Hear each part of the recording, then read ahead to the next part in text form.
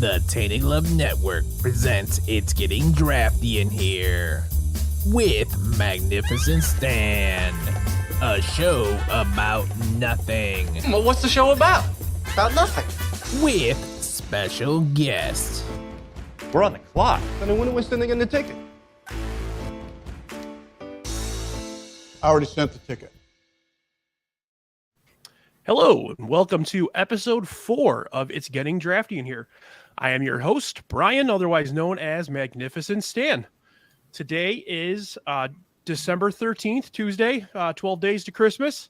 Figured what would be best to do a Christmas-themed episode. So today we're going to do Christmas movies.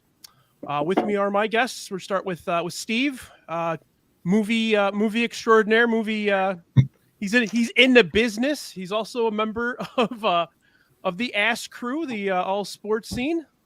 How you doing, Steve? Oh, I'm great, man. Thanks for bringing me on. I am ready to talk Christmas movies. I'm ready to tear classic Christmas movies apart. Let's get into it, man. You're gonna crush me today. All right, and we also got our buddy Shankster, friend of the show, cinephile, wrestling nerd. What's up, buddy? Not too much, buddy. Thanks for having me on. No problem. Look forward to it. Awesome. And then finally, we have our buddy Svo. This is his second time on the show. He is the co-host of Yumper and Svo at the show. He's also a Coca-Cola loving, Android using Superman fanatic. How you doing, Svo? You suck so much right now. I know why you wanted to put me last. I can't stand you. Love you. But I love you even. I like you. I like Shankster even less for his dirtball hat on.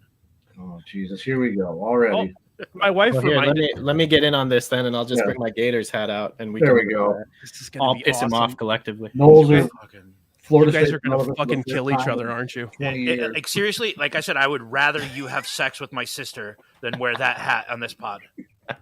My wife reminded me. I forgot to mention in Steve's opening there that mug purchaser. Yes, and it is here. There you go. I have seen that. your last few drafts, Brian. It seems like you get Brandy's luck, so I thought if I bring the mug tonight, I'm gonna steal your wife's luck, and I will win this draft. I'm lucky in life just because of her. So that's you're good here. But all right, let's get started. As you can see, I have a new fancy ass draft board. I'm pretty excited about. It's not fancy. It's just a spreadsheet. But yeah, let's get started. Svo, you have the first pick. Let's go, bud. Svo's on the clock. All right. So I know I'm gonna get heckled because Jackie didn't draft any good NES games. So I wanted to avoid cliche Christmas movies. But I'm gonna be pissed if someone else took it. And since I have the first pick, no one is going to take Die Hard from me. So Die Hard is going to be the first overall pick of the Christmas movie draft. But what about Bruce Willis has actually said that it's not a Christmas movie. Bruce Willis also does a lot of cocaine. So we're going to take what Bruce Willis says with a grain of salt. All right. It's one of my favorite movies of all time. I took out a few of my Funko Pops today. One of them's a TV one, but we'll show that one later. But I got our buddy Carl here. Like I said, I want to go for more like underknown, like lesser known movies, but I was going to be pissed if this movie was taken by somebody else and I couldn't let it pass. That's fair. I think I'll put in one thing here. I was saying to the guys earlier that like the most boomer thing about me is I very much collect DVDs, collect Blu-rays, and the Blu-ray to Die Hard is a Christmas sweater. So like that the movie itself is, if they're gonna market it like that, they gotta yeah. Absolutely. Die Hard is a dumb pick, but it's better than fucking Paperboy. So Oh my god. I watch this. I mean, it's Christmas Eve for me. That's what I do. Every Christmas Eve before kids to bed, I throw on Die Hard. It's not Christmas until I see Hans Gruber fall off a Nakatomi Tower. So every year, it's a Christmas movie. I think Die Hard is great for the people that are over the bullshit lovey-dovey family movies and you want something that's a little bit more normal, right? Like a good action flick. And that's why I think people flock to it. It's a textbook action flick. Yes, like there's nothing wrong with Die Hard. That's actually my nephew's favorite movie. Hi, Jonah. He watches. All right, Die Hard. Look, Die Hard gets taught in film classes all the time too. It's not just like it's a good movie. It's you take out the action, you take out the Christmas. It's a classically good movie. It's just really well made. It is. It's perfect. I mean, you got the perfect bad guy. You got the perfect, the Bruce Willis, the everyman. Overcoming everything.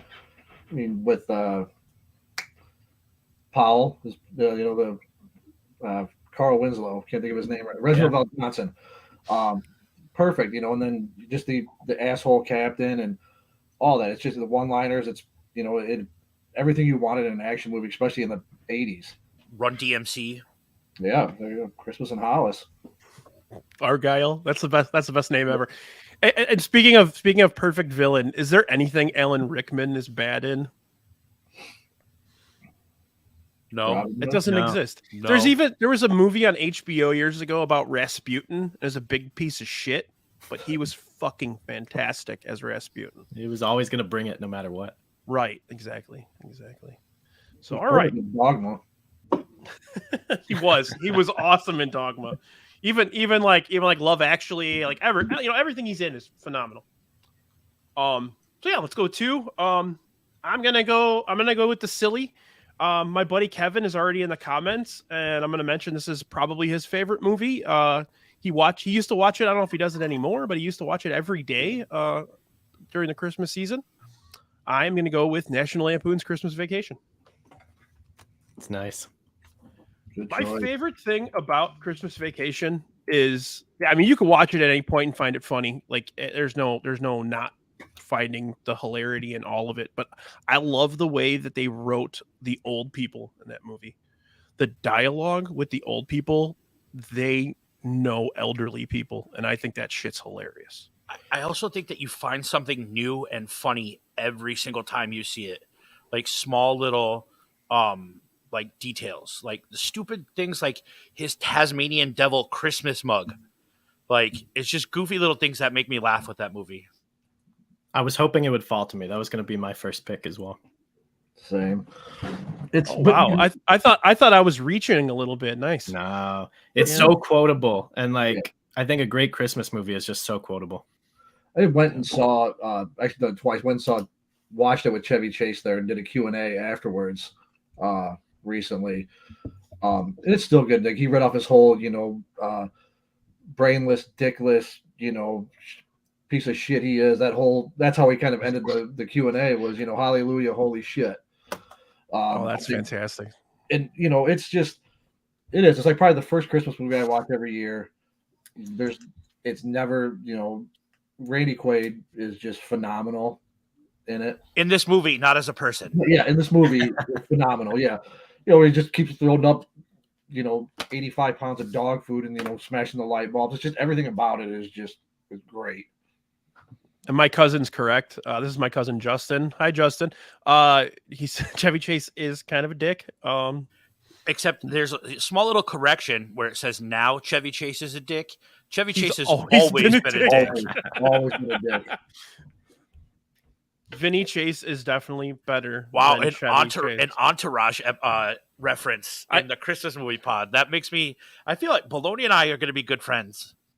I texted Svo on Sunday. My wife and I like to watch really stupid Hallmark movies during Christmas holidays, and there was one starring what's his name, Adrian Grenier, yeah. Grenier, yeah. Whose best movie is still Drive Me Crazy with Melissa Joan Hart. Oh God. No, his best movie was Medellin. It was just robbed by a dictatorial director that just wouldn't give it over. First of all, you already wore the Gators hat, right? So you pissed me off once.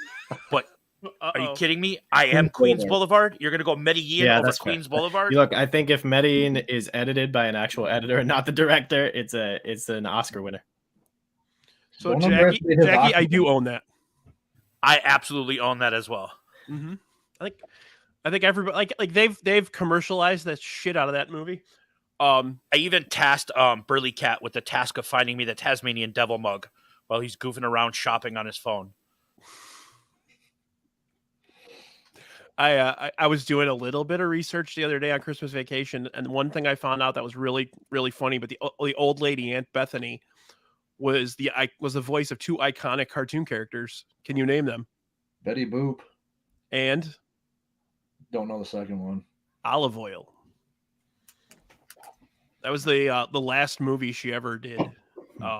But yeah, I think that's funny. She kind of makes that movie for a lot of people with her. Anybody who knows it, you can just say grace to them and they'll know what you mean. Just throw out blessing. Like I said, they know how to even I'm not even talking about those two old, like the old aunt and uncle, even like their like Clark and I can't remember what's the wife's name. Ellen's parents are the best. It's like, what's the line where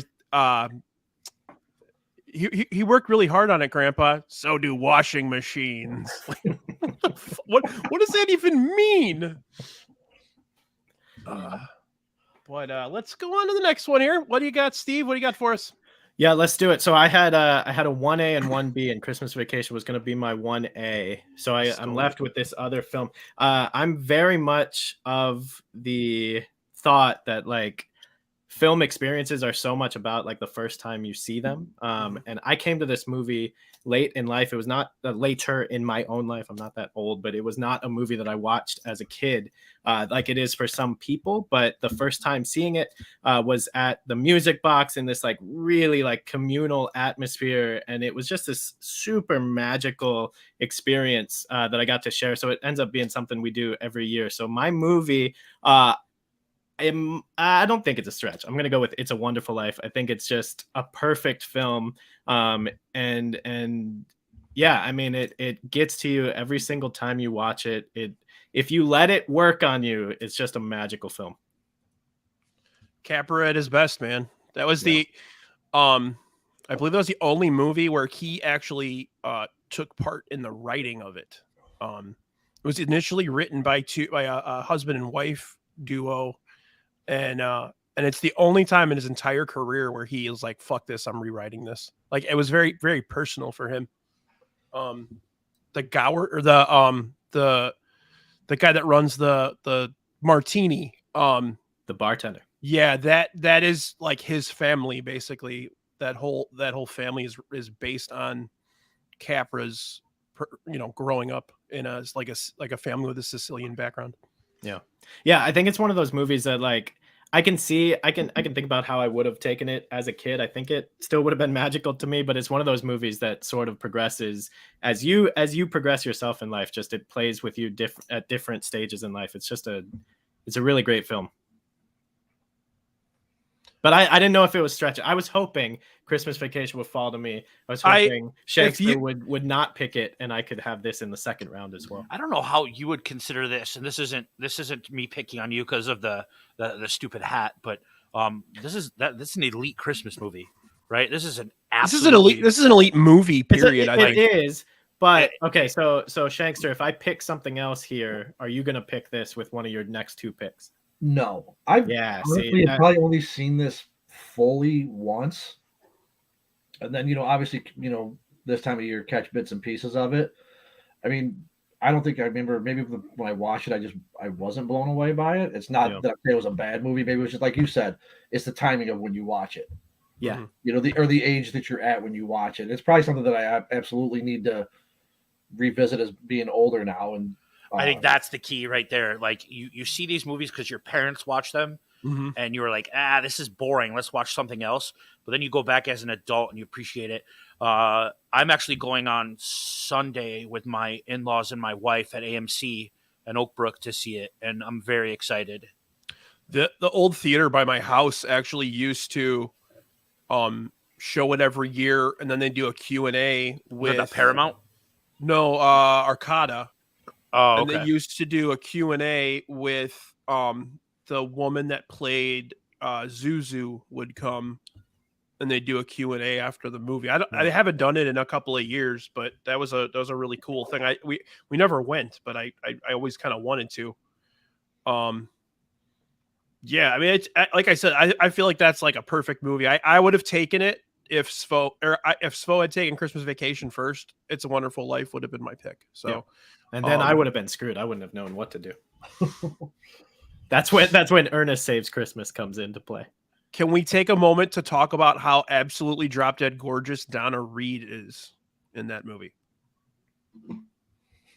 We can. Classic. Do we only have a moment? Classic beauty.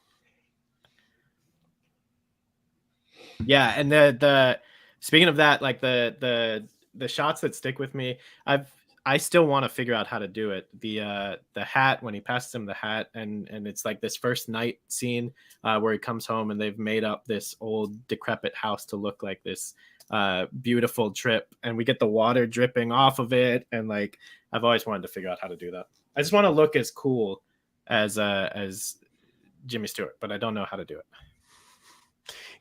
He comes off as cool and aloof at the same time. He's a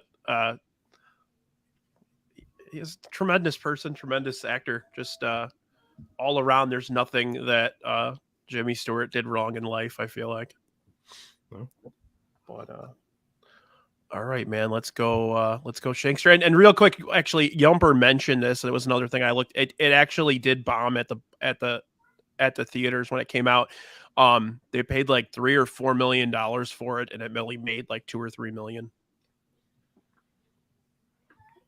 It's making a lot in residuals, though.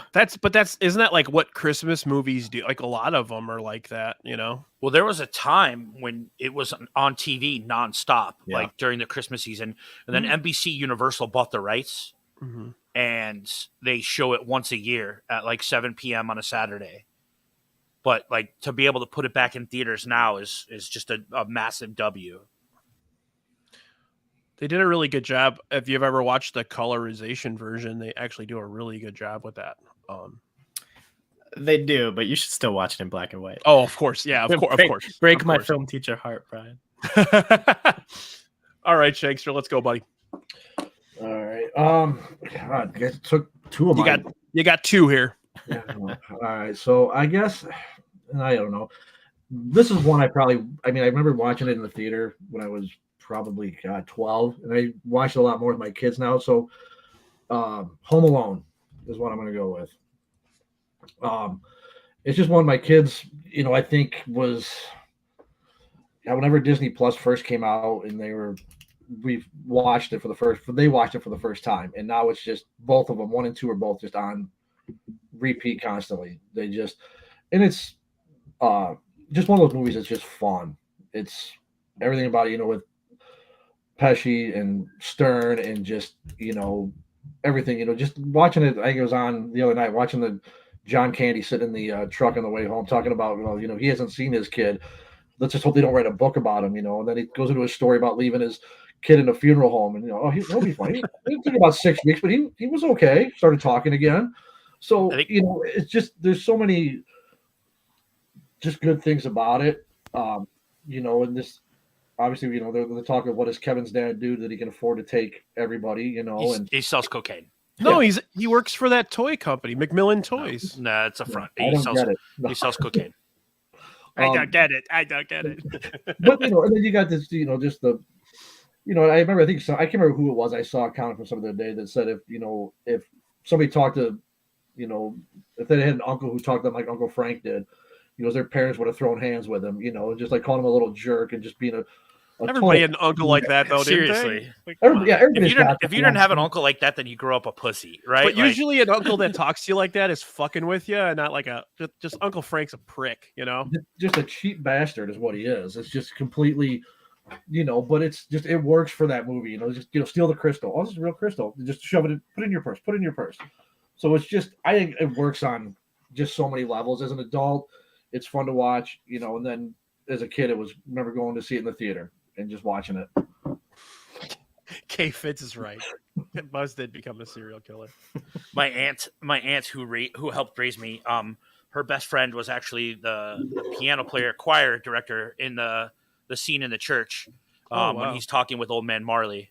And it was that was like a cool little thing in our family. The old man is an underrated character in that movie. He's great. It's just like with Pesci. I mean, it's just he had how many years of nothing until Lethal Weapon 2, and then he does this, and it just that trajectory he went on from this stuff.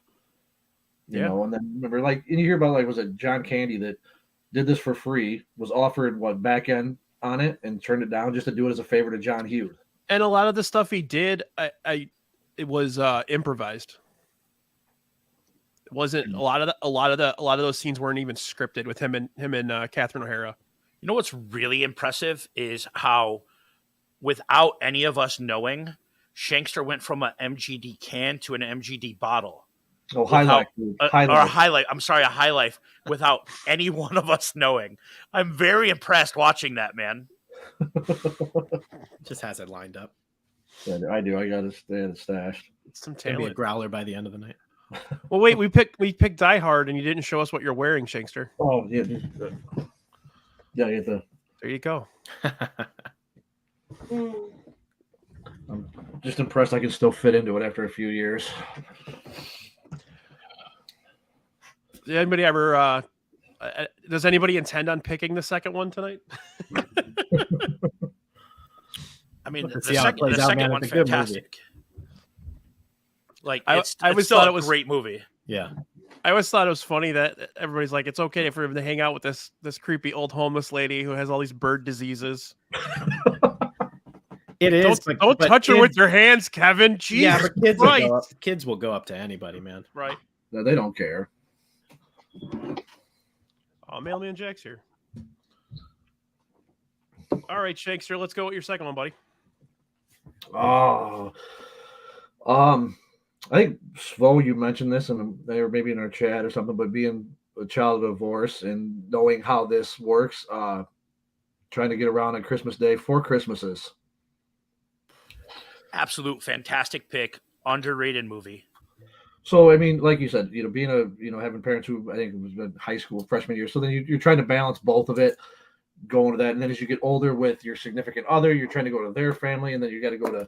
And if they're the same way, you know what it's like to go to all those different places, and it's just, and there's just so much good in that. I mean, just like you said, mistletoe, and he's like, all right. She's like, what's the word? Mistletoe. All right, let's go. It just puts a seatbelt back on right away, before they even go in. And his brothers are just hysterical. The kids, and that, Robert Duvall is his dad, was it?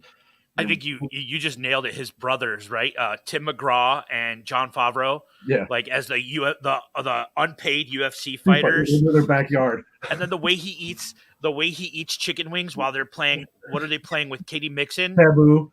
Katie Mixon, by the way, is an absolute smoke show. Oh God. Yes. In Eastbound and remember her in Eastbound and Down? Yep. Like he's eating the wings and he's just like naming like all the questions. It was hilarious. And it just wasn't, they're up on the roof and Robert Duvall's like, your grandmother's boyfriend is a first-rate ass sniffer. You can tell him I said so. It's just because everybody has that where the parent, and luckily I didn't, but I mean, you've seen that with like people that have those parents who just bash the other one's significant other. And it's just, trying to get there. You got, Vince Vaughn's best friend who sleeps with his mom. Baloney believes in you. But yeah, he goes, your mom is a very sexual being. I'm going to punch you right in the mouth. Talk about my mom like that, when he's just sitting there, you were my best friend, so you started having sex with my mom. It's just hey, we've all been there. But everything with it's just perfect to me. There's just like you said, when you live that life of having to try to balance everybody and make everybody happy, that you get that movie. Full disclosure, I've seen it once. I really enjoyed it. And I don't remember any of it. I'm kind of with you there. You should rewatch it. You should. Yeah. Rewatch Oh no, it's good. I will. Yeah. You two, you three. Movie recommendations. I will follow. It's one of those like, Shankster, you're not going to pick for 6 picks, so pick what you want. And it's a good movie, but I don't remember a lot of it. I know that to me this wasn't going to last. Till then, I didn't think it would make it back around. I could be wrong, but I thought that somebody could. Well, you got 2 guys right here that wouldn't have picked it, but yes, Svo might have. Svo might have gotten me on that one. I think one of his him. next 2 picks, I think he might have taken that one. But I know he said that but it's just to me, like you said, when you've been through all that stuff, it's just good. And that was Vince Vaughn still at his peak, I think. When he was doing that comedy and just the lines, and mean, the one thing that I probably relate to more, I mean, when the kid pukes on him and he starts gagging. If you do it, I'm going to do it. If you do it, I'm going to do it. That's me. That is me to a T. When somebody does that, it's like, you get away from me. Get the fuck away. Because it's going to happen if you don't get away. That's just absolutely me 100%. I feel for their plight, because I have to go to 2 different Brandy's moms, Brandy's dads, and then my family, and then my wife feels obligated to always go because of this. So, by the way, if anybody wants to get me a gift, I have 11 days until my birthday. I'll give you this beautiful mug. It's a very, very nice mug. I got a hookup already, man. Oh man, I got you. Dude, I got so much pottery in this house. It's like coming out my ears. It's a good problem. Discount on a MacBook, and then you gave it away. Fucking dirtball. She loves it, Brandy. Don't you love it? You're all good. All right, Steve, what do you got, buddy? All right, so second round pick. I feel like It's a Wonderful Life might have been too nice for the crowd that we're working in. I want to find a movie that's like kind of the polar opposite of it. And I had mentioned earlier when we were promoting this podcast, like I'm all about stockpiling picks. So I'm happy to pick this film and then trade it to Svo for something else. But I'm going to go with Bad Santa with my second pick. Yep. Man, I gotta just release a deep sigh right now because I thought you were going somewhere else. And I'm happy you didn't.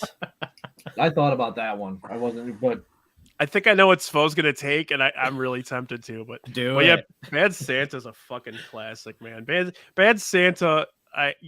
It's just so disgusting and filthy and funny and the absolute antithesis of Christmas movies. You know what I mean? I'm sorry, Brian. Are there people in this pod that haven't seen Bad Santa?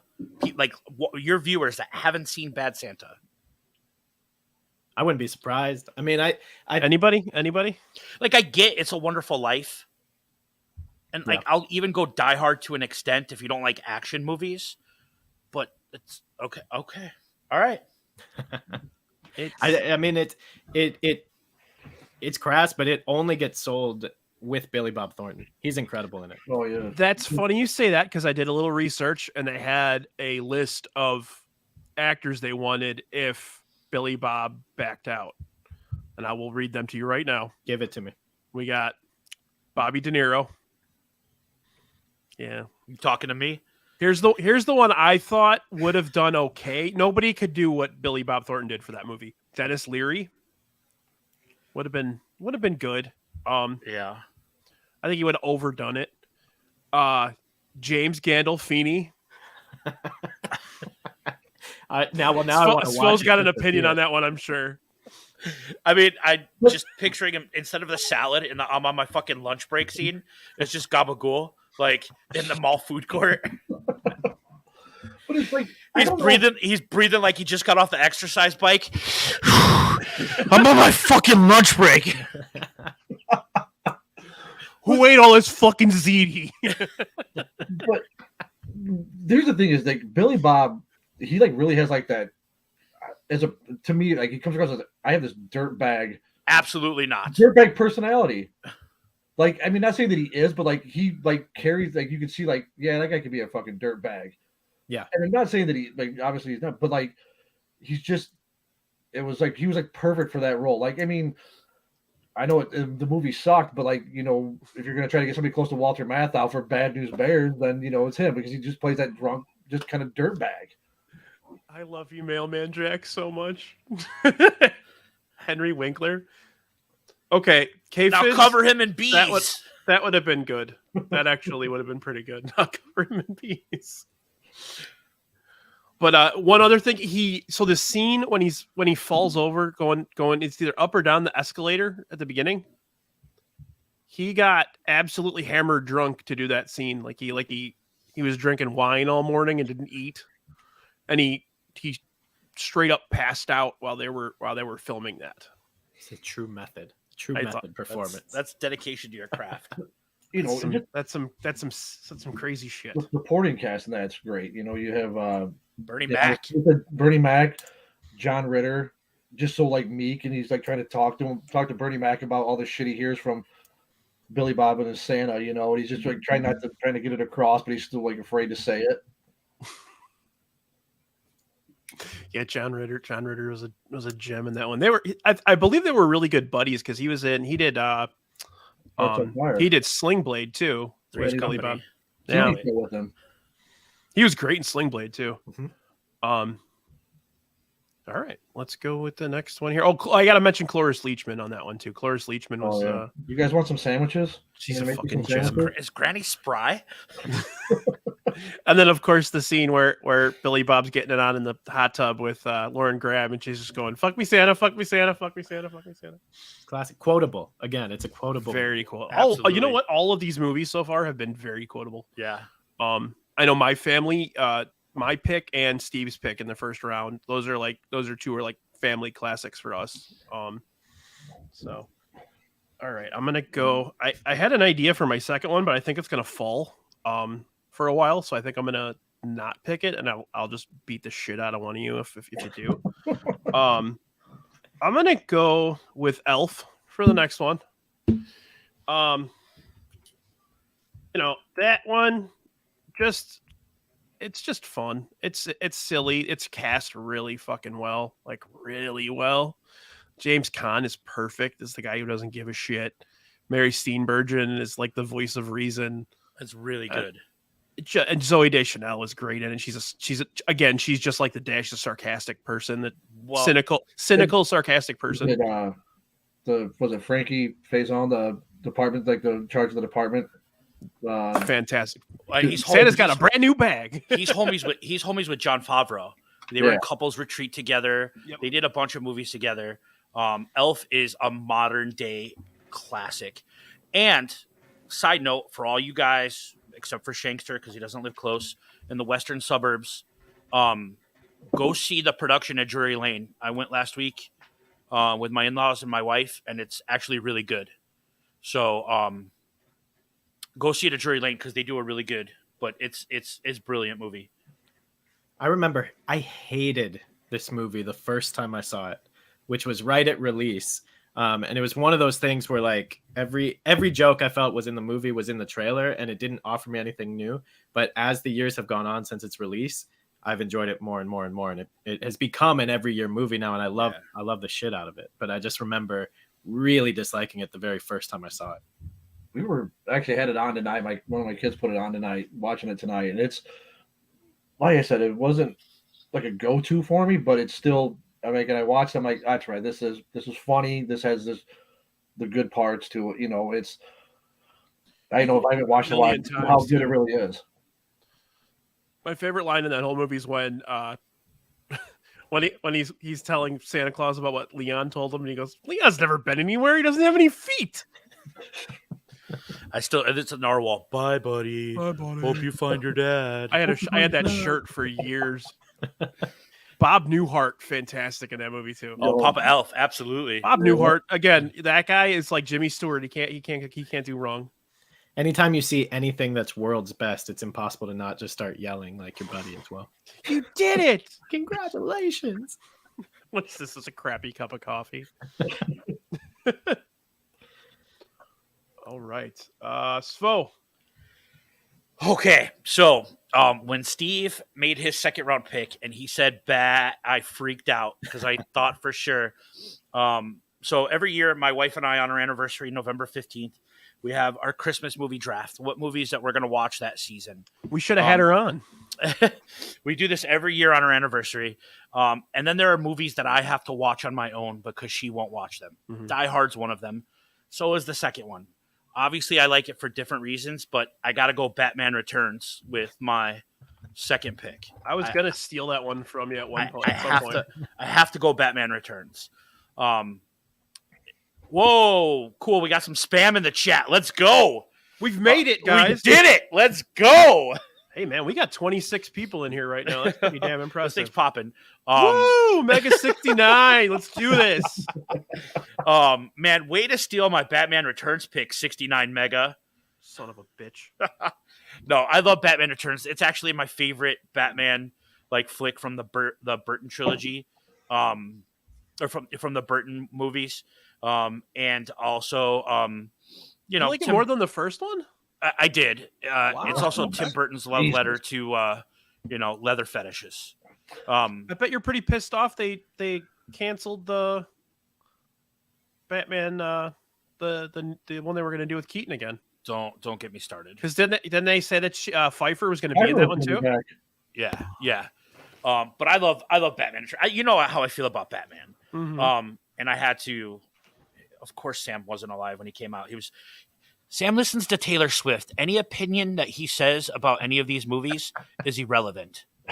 But yes, Batman Returns is my second pick, and with my third pick, I'm going to go with a Ryan Reynolds classic. Oh, you know what? Oh no, go ahead. I'm sorry. We'll do it after the next round. Go ahead. I'm going to go Just Friends. Nice. I had that one. I almost Great typed movie. Just Fiends. Just Friends is absolutely hilarious. Wow. I'm last in Bruhan Luke's rankings. See if I watch your fucking beer reviews now, Luke. Look, all you have to do is pick Ernest, and it's you go to the top. I think Just Friends. Oh my god. So you and Baloney aren't best friends now. Baloney is my mortal enemy right now. I think Just Friends is hilarious. I think Anna Faris in this movie is so fucking funny. When isn't she though? Yeah, she is good. She picks weird, shitty projects, but she's good. Yeah. The mom, like we sing in this household, we sing "Be yourself, all the time. Anytime we're struggling. The only weak thing about that movie is Chris Klein. I'm sorry, just not a fan of that dude. No, like that's why he's perfect for this, because he's such a douchebag and you hate him already. He's perfect in it.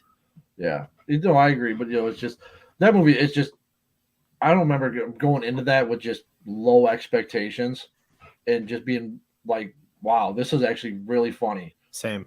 Yeah. It's just like because at that point, Ryan Reynolds, I think, was a TV show that he had, and so it hadn't really, and maybe Van Wilder at that point. Yeah, and Van so Wilder was already out, but Yeah. his career did like this, and now it's back up with Deadpool.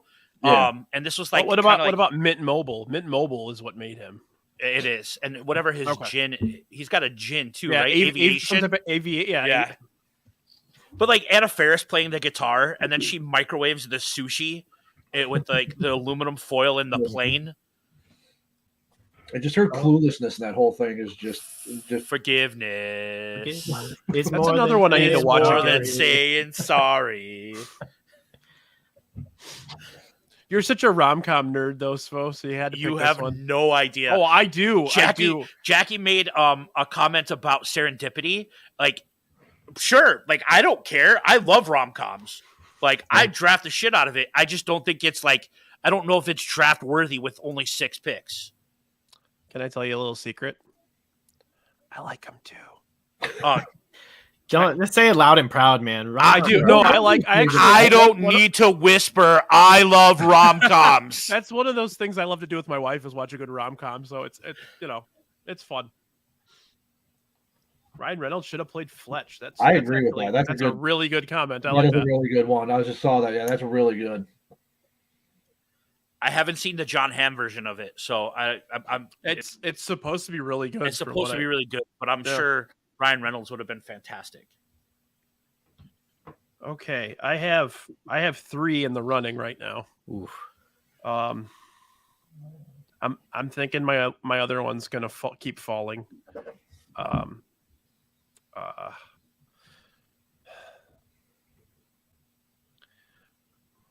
All right. I'm going to go with the movie that came out the same weekend as Ghostbusters. Can you answer that one, Svo? The same weekend as Ghostbusters. Gremlins. Yes. I would guess Gremlins too. Yeah. I'm going to go Gremlins.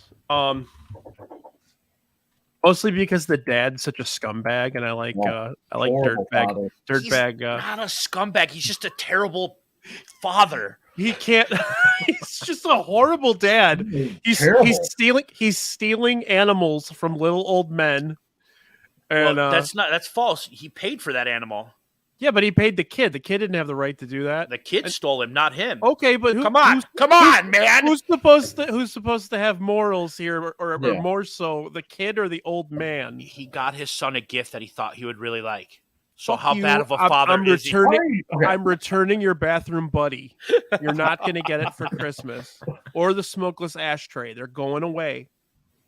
The smokeless ashtray that doesn't work. No, he's a terrible person. I mean, you got this kid who's what, 24, 25. Is he? I think he's like 18 or He's 19. in the bar. Isn't he in the bars? Hanging out in the bar. Yeah, but it's a small town bar. He's probably 17. Yeah. Probably like Thick Girl Thursdays, bro. Like, you don't have to have an ID to get in there. Phoebe Cates You wants to don't. get it You on don't. with him. That's why she's serving him in the bar. Yeah, I mean, and also in I what state was that supposed to be taking place in? Because back York. then, was it New York? I think it was New York. Small town New York. You can do whatever you want. Yeah, It's one of those movies I need to revisit because I've only seen it one time, and it was when I was way too young to watch this movie, and it terrified me, and I am still terrified to come back to it and feel all of those like So one of the things, teenager feelings like this is horrifying to me. I don't want to like reopen those wounds. I'm just they're buried down. I don't want to bring it all back up. I mean, I even remember I was old enough to remember when it came out. And it never scared me. I was always scared of the old lady in that movie because she was just a terrible person. She literally was telling she was telling Billy that she wanted to torture his fucking dog. Like, just the part that kills me when they're outside her house. Yeah. They're just saying her name like Deagle, and then they go in and then she fucking shoots up the stairway. Shoots up the stairs.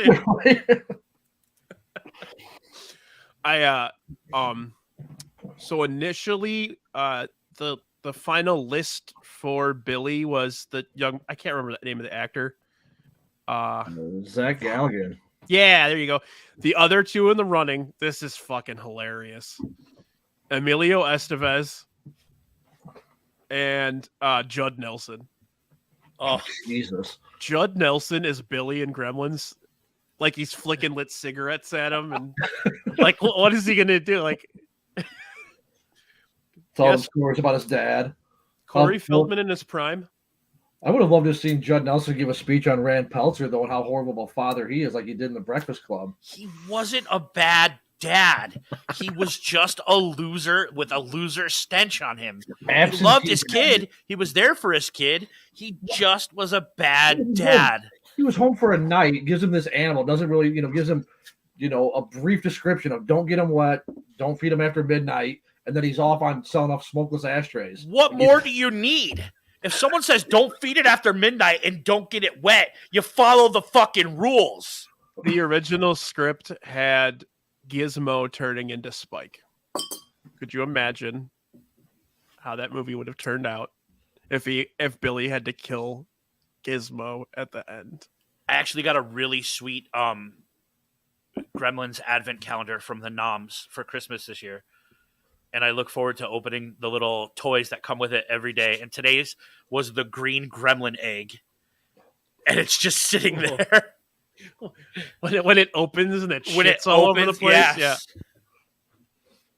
Yeah. Yeah, Corey Feldman doesn't give a shit. Spills water all over him, then just doesn't care. What I read about Corey Feldman is he wasn't even going to be in that movie. They didn't need him, but because they pulled his scenes, because he was supposed to be Elliot's friend in E.T., and they pulled a couple of scenes from that. They pulled them from the movie altogether because they figured Elliot would be better without friends. And that's why he ended up being in Gremlins. Look, I just think that, like, if you're gonna blame the dad, you also have to blame like Zach's character. Why are you putting Gizmo on the painting table with a jar of water on there when your dad told you not to get him wet?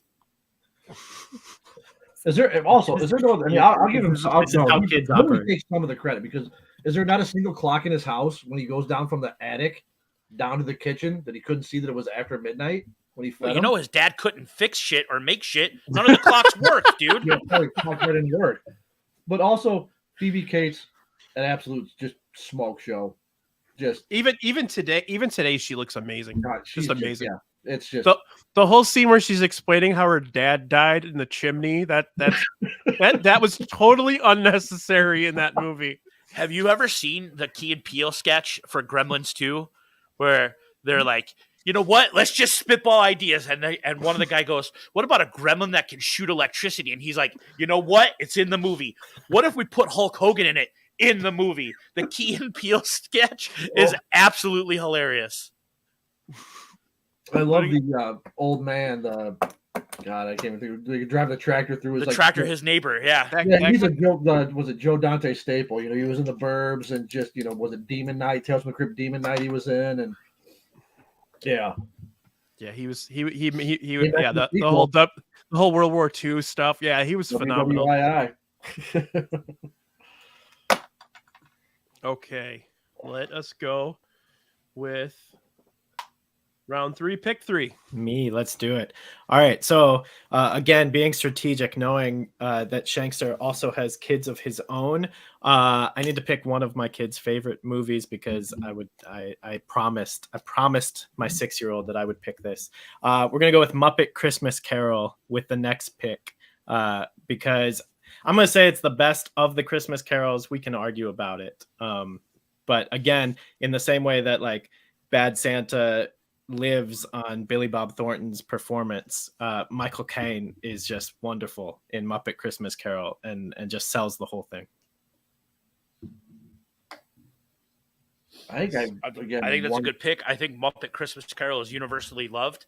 I don't have anything bad to say about it. You want to talk about how bad of a dad Michael Caine is? Sure. He's a terrible Alfred. Terrible Alfred. Wasn't Michael Caine Alfred? He was, but you think he was terrible? No, I'm just fucking around. I just wanted to get a rise out of Svo. He didn't take the bait, unfortunately. Oh no, I took them. You didn't see my look. On my face. No, I audibly. I mean, we're gonna have people that are listening to this podcast as well. I wish to hear your. You can't hear my face, buddy. The worst dad draft. Worst dad draft. Can I take mine with the first overall? No, I'm just kidding. Oh, no. I'm just kidding. Oh my god. Hey, if anybody that's listened to my pod, I tell stories about my old man all the time. They know that I'm kidding. Yeah, I know that for sure. Well, you know, I've seen Muppet Christmas Carol and I didn't like it. What? And okay, I absolutely love the Muppets. Arguing. I think we're all on White Sox Twitter for a reason. I think that Muppet Christmas Carol is a fine movie, but it probably should have been signed to a minor league deal. It didn't need to be on this big draft board. It's the Victor Reyes. It's the Victor Reyes of Christmas movies. No. See that I told you that last round is for worst Christmas movies. I mean, you're in trouble, Brian. Brandy's loving my draft so far. So at least I'm winning that draft. Shit. She's gonna be asleep by the time we're done. I'm not worried about it. Hey, remember when you told me earlier today that you didn't have plans on Saturday? Yeah, you just pulled yard duty, grandmother. Now your back's gonna hurt. Probably. Shankster, come through for me. You've watched this movie with your kids, right? They haven't. It's just hard to get them into it. You know, they've never really been Muppets. I mean, I think I've seen, again, a one-time thing. It wasn't one that, again, this would be probably before kids. It was just something that was on and watched it. But like, it wasn't one that I'm like, oh, I can never watch this again. It's just, my kids were never big into they never did really the Muppets. They've never gotten into. Mine either, but this even the Muppets can't make 18th century London interesting.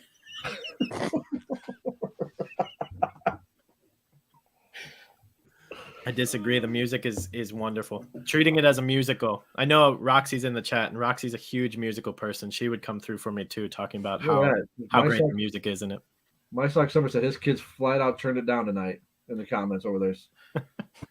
Oh, I mean, I love Muppets Take Manhattan. I love the Muppet movie. I love the Muppet Show. I love Muppet Babies. I did not like Muppet Christmas Carol. Just didn't hit it for me.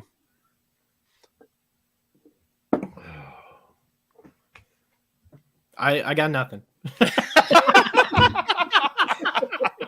He wasn't expecting an allied front to be on the other end. No. I knew that I was probably stretching for it, but at the end of the day, my priority is always going to be my kids over you three and everybody else. So No, I couldn't let them no, down it's because this is the Christmas season, and it's all about gotta keeping your pick for the family kids. as happy as No, possible. like I said, I'm with you on that. Like I said, my kids watch some terrible shit. I'm not even gonna lie, but it's awful sometimes. It's but like taking Jared Mitchell in the first round of the MLB draft. when Mike Trout's available, yeah, I mean, it's just trust me, they're watching some of this stuff, but it's like you're gonna watch it because it's them, and it's there's been stuff that I'm like, all right, and I trust me, I have stuff down that's because I watched it with my kids. Otherwise, I probably wouldn't have watched it otherwise. And I get it, but like I said, it's not.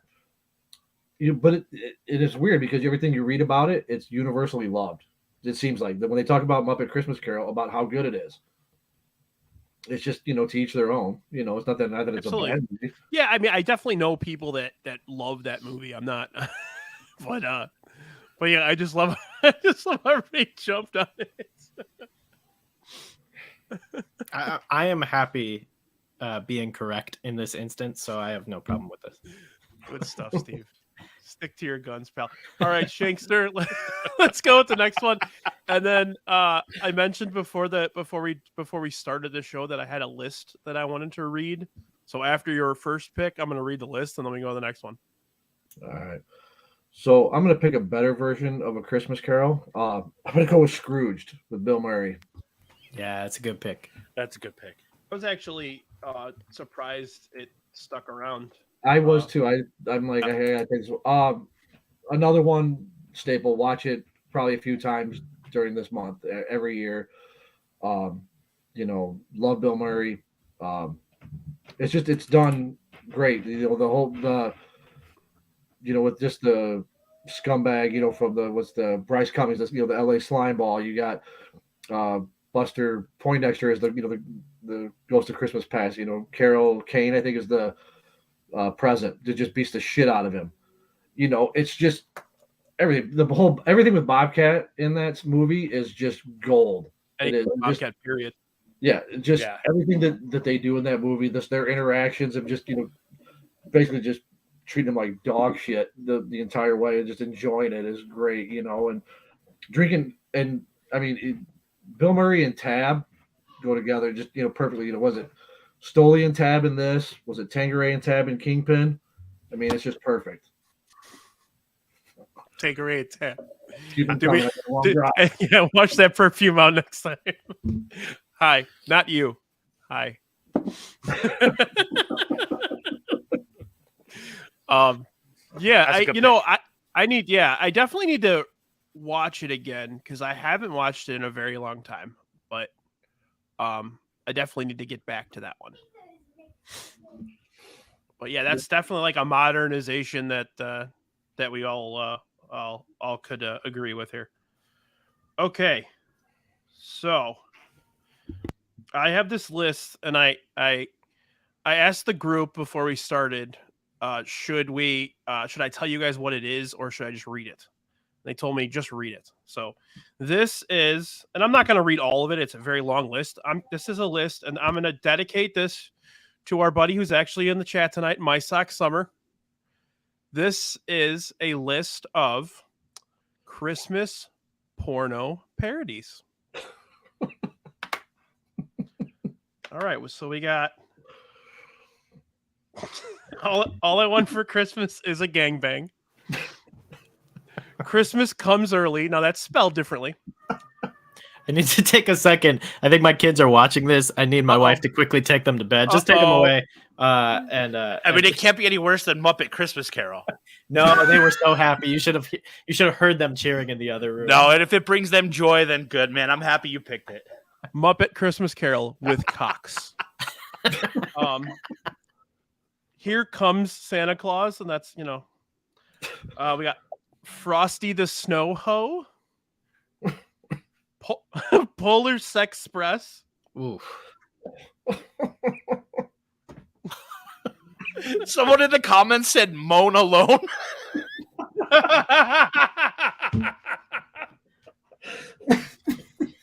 Very, very bad Santa. My favorite is Miracle on 69th Street. Oh no. Fucking around the Christmas tree. How Cindy Lou saved Christmas for her stepbrother? That's a bit much. Too far. All right. Too far. Jingle Bell Cock.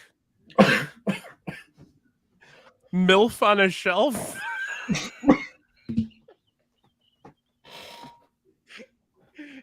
All right. My Sock Summer has every one of those. Director's I'm cuts.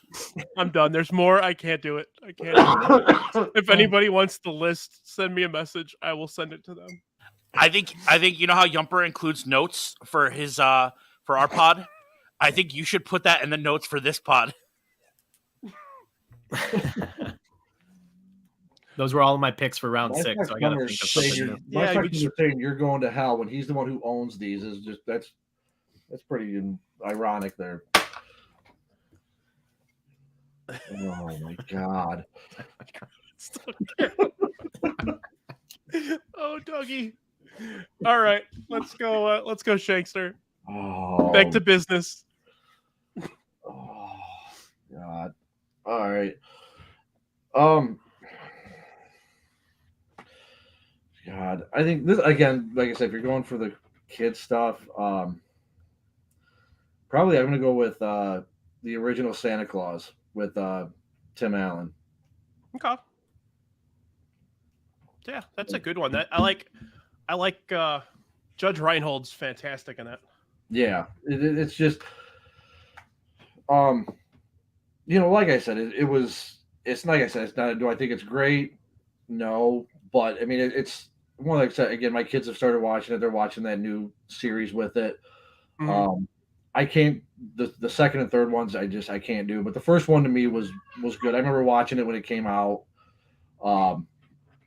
And it was enjoyed it. And like I said, watching it with my kids again, it's like they like it. It's fun. It's nothing too heavy. It's just a nice little story with it, and it's it ties in together with the series. It isn't too bad. But yeah, it's just a like I said, fun movie. With again, you have a kid who's again maybe just because like I said, situation. You have a kid dealing with separated parents, trying to do all that. But it's good. It's lighthearted, and it's not it's nothing great, but it's there. It's a good movie. Agreed. Absolutely. It's if it's on, it's one of those movies. If it's on, I'll just pop it on. I'll watch even if it's halfway through. I'll just watch it because it's silly and it's fun. It's one of the few movie roles that Tim Allen can actually pull off as well. Oh, absolutely. I mean, yeah. You ever see Big Trouble? Yeah, that wasn't bad. He's fantastic. Book, that movie would have done. That movie would have done so much more if it didn't happen like right around 9/11. Yeah. Sizemore, and that's great. Sizemore in Knoxville. Mm-hmm. Rene Russo, Stanley Tucci is phenomenal in that. Not a Wild Hogs fan? What's his name? Dennis Farina. Yeah, good Dennis job. Farina looks exactly like my wife's dad. All right, let's go, Steve. What do you got? Moving on. All right. Okay, so growing up, my family hosted a Christmas party every year where we sort of made cookies, we decorated, we played Christmas music. We had a great time, and it always ended with us ordering Giordano's and watching Christmas Story. So we're going to go with A Christmas Story next. I think it's a classic Christmas movie. I'm at the point, weirdly, where having watched it for like 15 years growing up every single year, I don't watch it a lot as an adult because it sort of got played out, but it's still a classic. It's still very quotable. There are still so many things to love about it.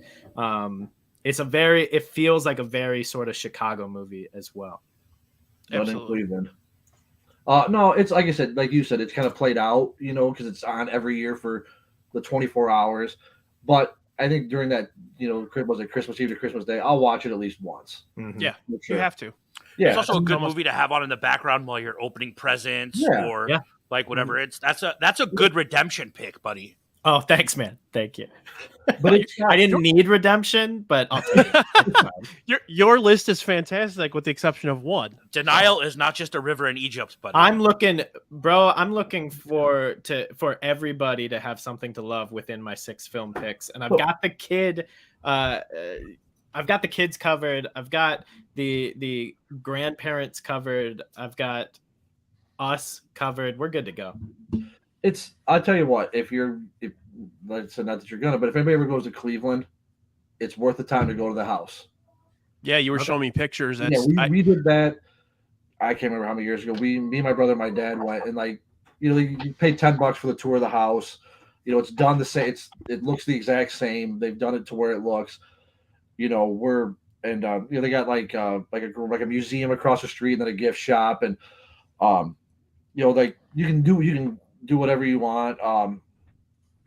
The electric sex is in the window. It's a major award, Roxy. Show your table topper there. Oh, my leg lamp, my little mini leg lamp. But so we were there, like they told us as they're introduced and everything. They said you can try on the pink bunny suit. I told my brother had paid for the tour, and I said I'll keep my $10. I'll put that suit on.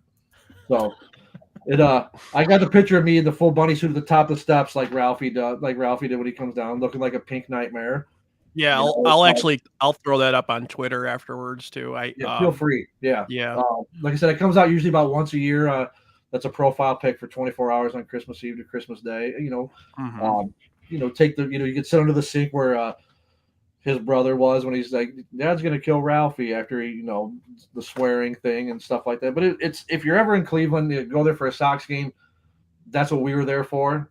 Take the time and do the tour. It's definitely worth it. I have one question. What's so good about Cleveland? Nothing. Would you want to go there? You go there on vacation? Yeah. I mean, I never heard that before.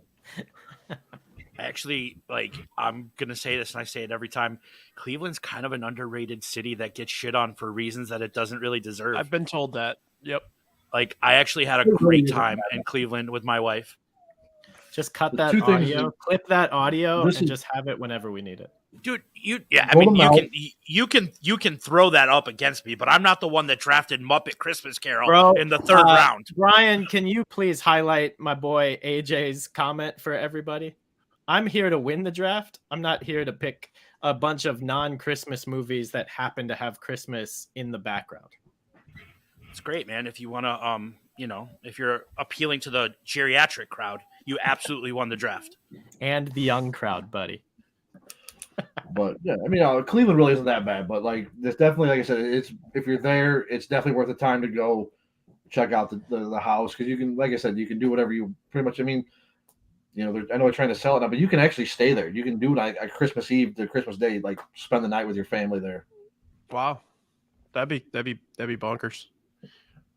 I just my wife and I just watched the sequel about a week ago. First of all, I didn't say it was cool. I said it was underrated, and it gets shit on for no reason, Roxy.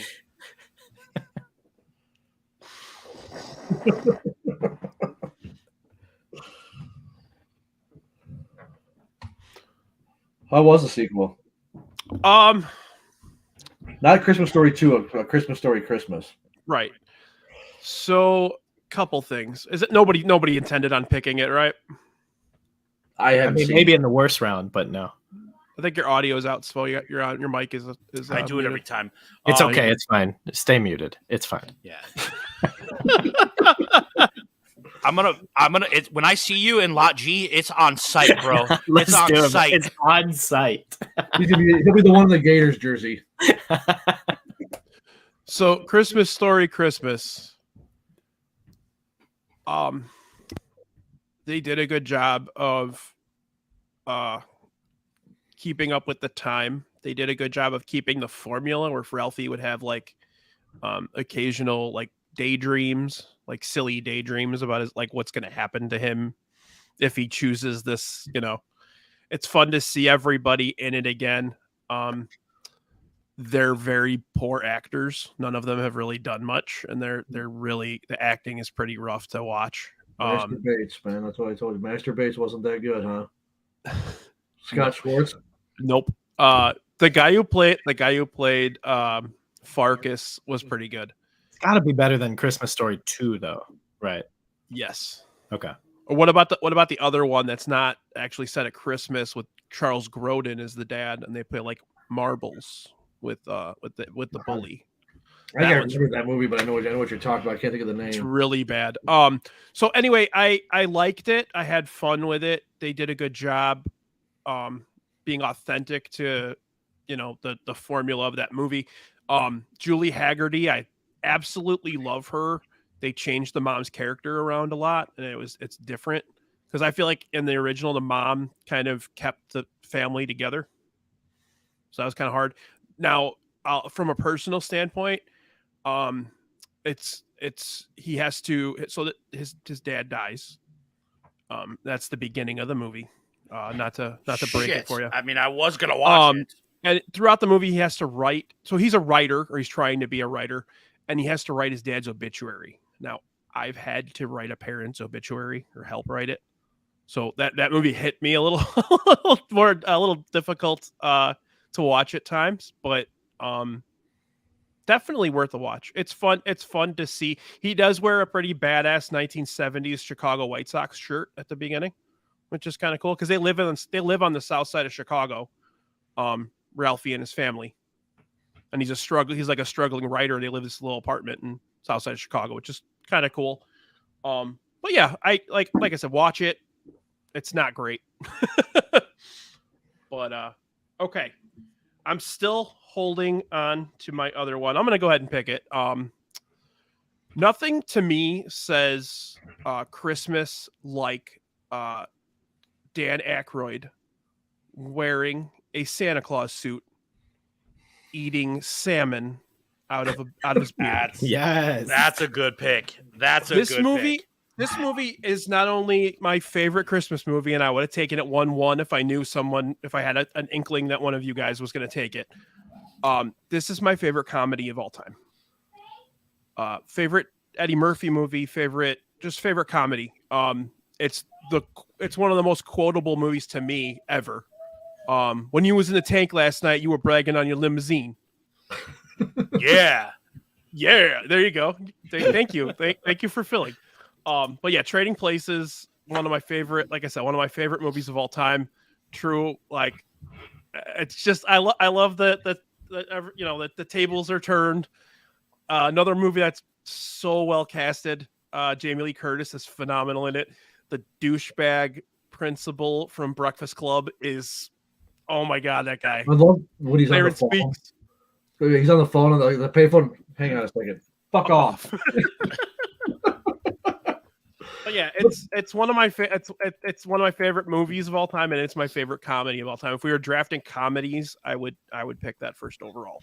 That's just so good. Like, I probably saw that way too young. Me too. But my brother and I watched it when I was probably 6 or something. Yeah, I was probably like 5th, 6th grade, I think, probably when I saw it. And just appreciate it more as an adult. I mean, it's just, I got a buddy. Well, I can text him like a random like quote from a movie, but like, that's one like, just throw shit out there. Like, who's been putting out their cools on my floor? It's so that fits right, Jamie Lee Curtis. But yeah, it's just, there's so many good lines. When he's getting arrested, when they, I can see. Oh shit! I have legs. But with Aykroyd, this is angel dust, PCP. It's just... and who plays the police sergeant? Frank Oz. Frank Oz, the voice of many Muppets. Yes. Frank Oz is a Christmas icon. Yeah. But no, it's just, there's not a moment of that movie that's not good. The brothers the Duke brothers are just, that I still Don Amici's my favorite. One of my favorite actors. There's something wrong with your brother. Fuck him. Fuck him. The $1 bet, the gorilla suit, the part with the shitty Belushi brother. He's the gorilla, isn't he? I'm a fucking clown. It's New Year's Eve. All right. No, that's definitely a good one. It is Fantastic movie. I'm like killing you guys in this draft. I hope you guys realize. I mean, I'm just fucking killing you. I thought I did that with the Nintendo one, but apparently what the sports bums just had way too much cred. I don't know. Talk to Brandy, and let's see who's winning the draft. Okay. She's not a fan of Trading Places, and I don't know why. And I've started to talk to divorce lawyers. Just like file the paperwork, like the judge is like, oh, she doesn't like Trading Places. I get it. Makes sense. You get everything. All right, Svo, what's up, man? Round 4, baby. Before your Eddie Murphy Trading Places pick, this was probably the whitest draft board I've ever seen. It still pretty is really white, so I'm gonna liven it up a little bit. And I'm gonna go Friday After Next. Friday After Next is absolutely hilarious Christmas flick. Ice Cube and his cousin live together. Their rent money gets stolen on Christmas Eve. They got to go work at the shopping mall, the strip mall, to make it up. They throw a Christmas party. Super funny movie. Probably my second favorite in the franchise. I can't speak on this one because I don't think I've seen it in a couple of decades. But you should. Also, Cat Williams is in it. Cat Williams is fucking hilarious. Good Christmas movie. Underrated Christmas movie.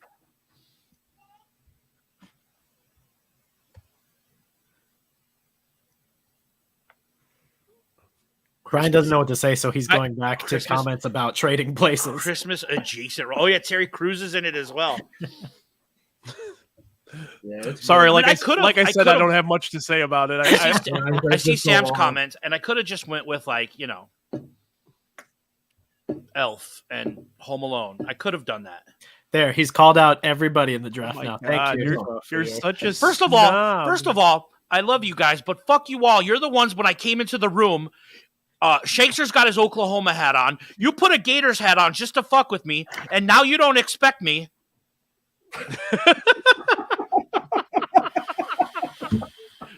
For those of you that are listening, Steve just held up a sign that says Android is better than Apple. Our buddy Svo actually works. Sent from his iPhone. He's gonna fucking kill you when he sees you, Steve. Are you gonna use the cord of blood technique on Steve when you run into him at the lot?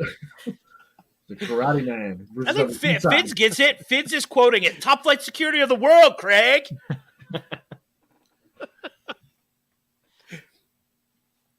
All right, round 5.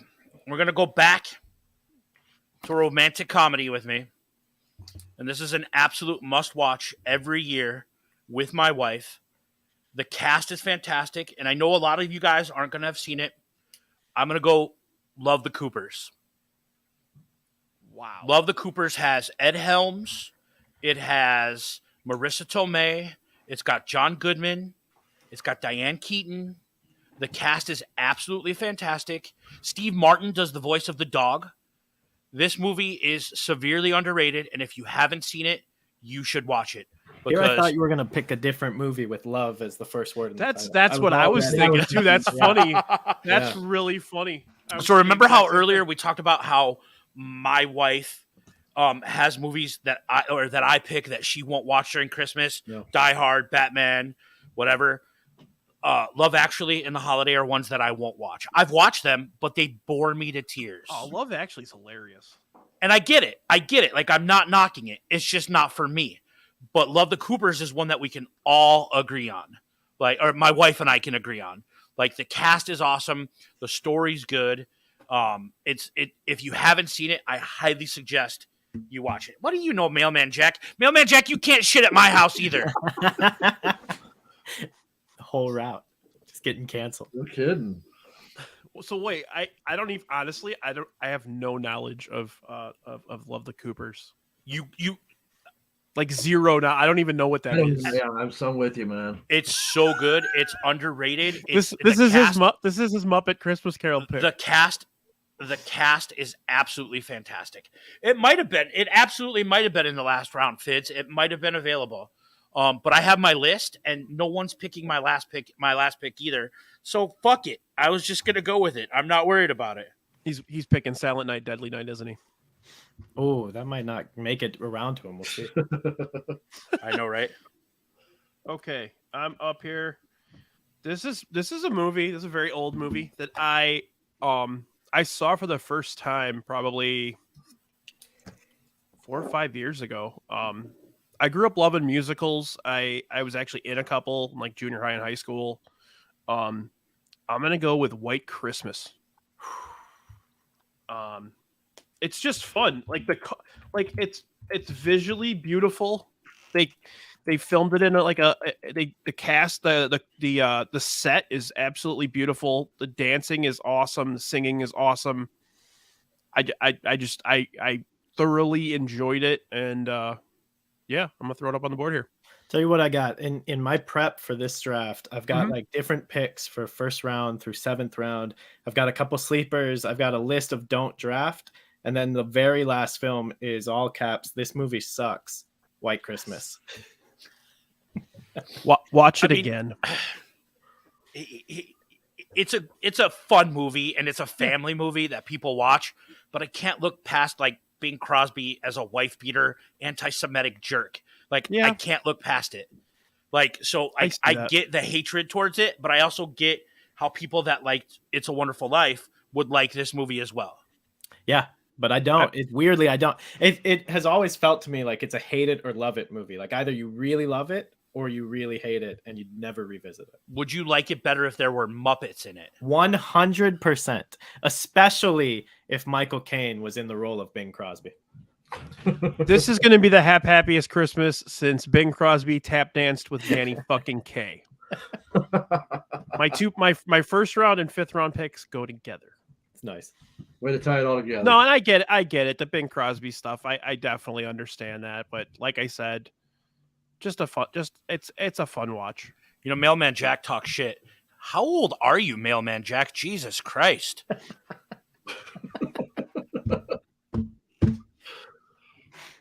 This is one I really can't comment on again. It's been forever, probably since I've seen this. Yeah, man, like I hadn't seen it until I was like 37 years old or whatever. So like I don't know. I watched it one night. It was like 2:00 in the morning. I was like, this is fun.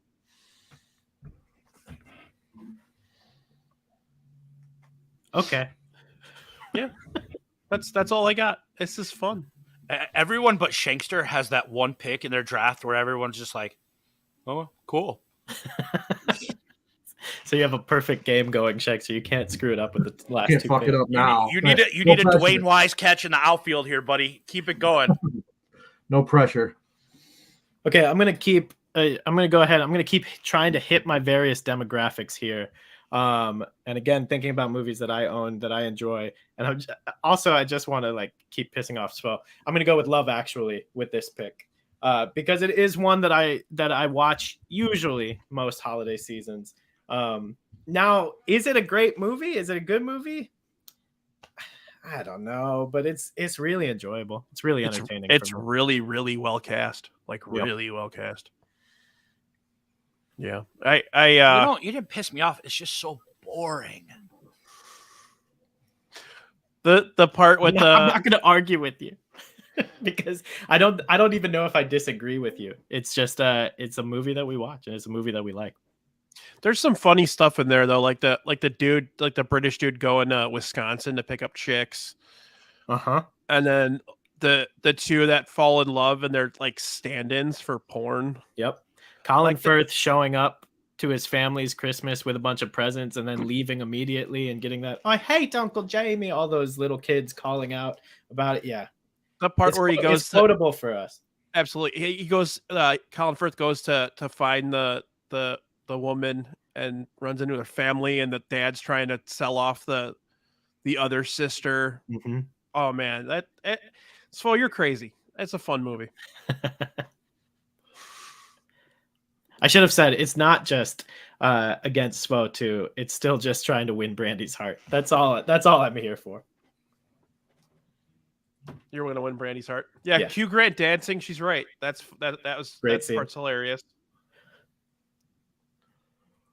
The lobster in the Christmas lobster play. costume. Yeah. And she's sitting in the car with them. We're here. Yeah. Okay, Shankster.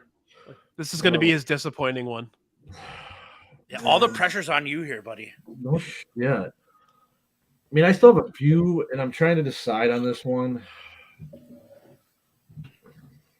I'm going to go with a classic on this, and I probably shouldn't. And this is the kids' one. I'm going to go Mickey's Christmas Carol.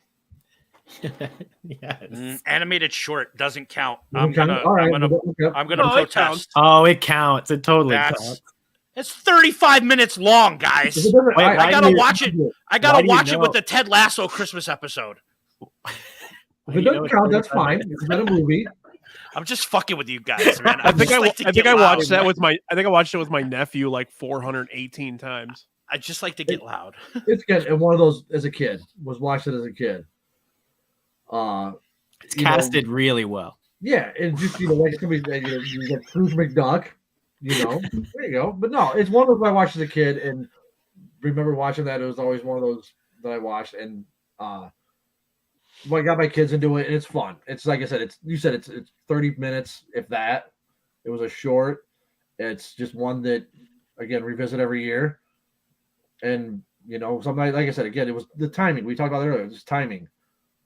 Watch it as a kid and watch it as an adult with my kids. So it's something that I enjoy. Totally. It's fantastic. It's my favorite thing. I used to cry for it as a kid to watch it. I love it. It's just 37 minutes long. That's all. Yeah, no, and I wasn't sure if that one counted. I had other ones, but wow, I figured. I got to bust your balls. I'll count it, man. Okay. It's the Christmas season. I'll count it. Yeah. All right, I appreciate it. Appreciate the leniency. We didn't set any parameters beforehand, so no. And I'm gonna go with every Roseanne Christmas episode ever. You can. I'm okay with that. Noel by West Wing, maybe. There you go. So, okay, what do you got? What do you got for your last one? All right, this one will probably be just because it's new. I just fucking loved it. Violent Night. Nice. Went and saw it opening weekend, and just it fucking exceeded everything, every expectation. I don't know if you guys have seen. I know Svo's seen it. Mm-hmm. I'll never look at Bryan Adams' Christmas Time song without thinking of this movie. I'll never hear that song without thinking of this movie again. It just had everything. It had the comedy. It had the action. It had callbacks to. Without trying to give anything away, because I know a lot of people probably haven't seen it. Just old Christmas stuff that we put on this list. It's called back to these movies that if you're paying attention to it, you can go, yeah, I see this this is here. And it's not like a copycat or a ripoff. It's just an homage to it. It's fun. It's one of those movies where you're just watching it and you're smiling because you're just fucking enjoying it. It's beginning to end, it's perfect, man. It's just when I saw the trailer, I'm like, oh, this looks good. And then watching it, even fucking better. It's just I can't. That's good to hear, because it seemed like one of those movies, potentially where the trailer is better than the actual movie. So I'm actually not at all. I'm really glad. I haven't heard a bad thing about it yet, so I am looking forward to going and seeing it. I know Svo will appreciate the Beverly D'Angelo from basically playing the character from fucking Entourage. Yeah, playing Babs from Entourage, basically just foul mouth, fucking mean as shit. Funny, and it's good. It's going to be one of those that I honestly will watch every year at Christmas time. So, spoiler alert, everyone knows that in our pod, I say a line to Yumper in every episode, and everyone knows what that line is, right? I was going to bring this up. At the end of the movie, towards the end of the movie, John Leguizamo is about to like kill Santa Claus, and he looks at him dead in the fucking eyes, and he goes, "Christmas dies tonight." I thought about you guys, that whole thing when he said that. I fucking lost it in the movie theater because I have said that to Yumper now for 21 fucking episodes of our pod. And I lost it when that happened. It's a really good movie. David Harbour's good. John Leguizamo is actually my favorite part of the movie. He plays like a throwback to a great 80s movie villain. But it's fun. I really enjoyed it. Did you see it, Steve? No, I did not see it yet. Take the kids, man. They'll enjoy it. It's definitely one. I mean, it's like I said, with kids don't get to the theater much, but that's one that was like on the list. Like, no, we're seeing this. You know, it was opening weekend. Which is rare to do, but like that's definitely one.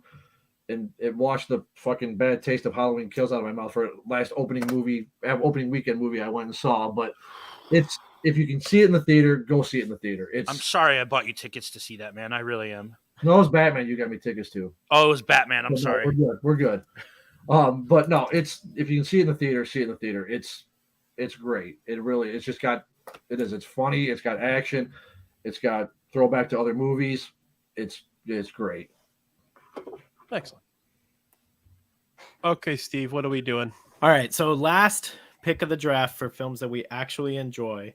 I want to use this pick to just like get exposure to just this film that blew me away.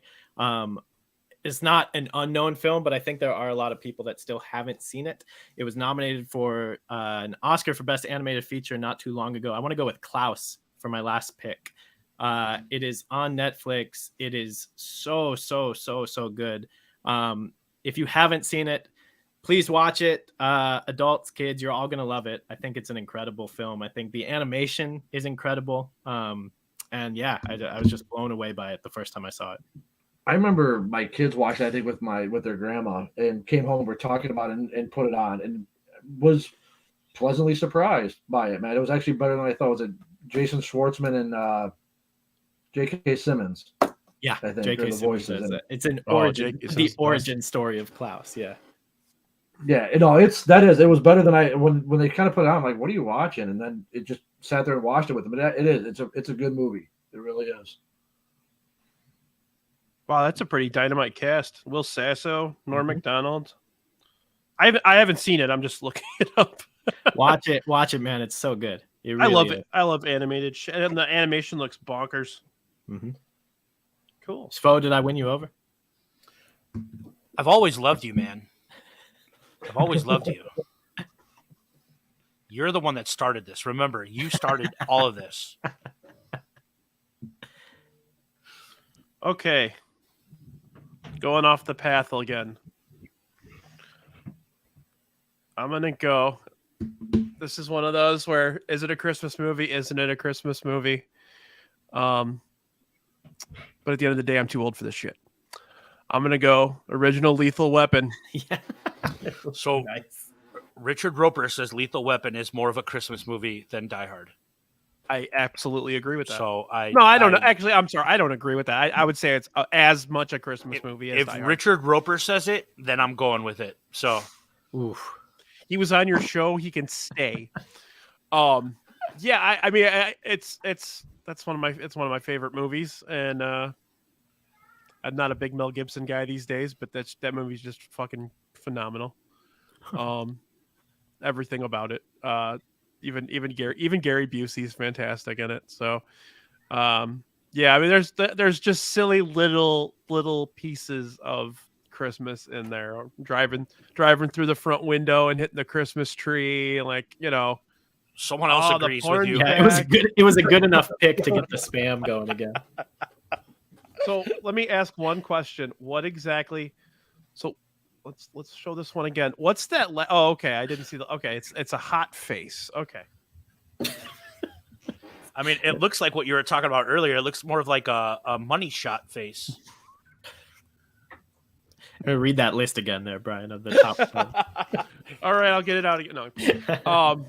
But yeah, Lethal. I'm gonna go Lethal Weapon. Whether you think it's a Christmas movie or not, I don't really care. It's fun. It's great. It's action. It's everything. I love it. I mean, yeah. It makes me want to go in the shower and get hit with a car battery and some sponges. So Picked that over Fat Man, huh? Went that Mel Gibson Christmas movie over Fat Man? did you watch that? I have not. I saw Fat Man. I've seen Holy it. Yeah. shit.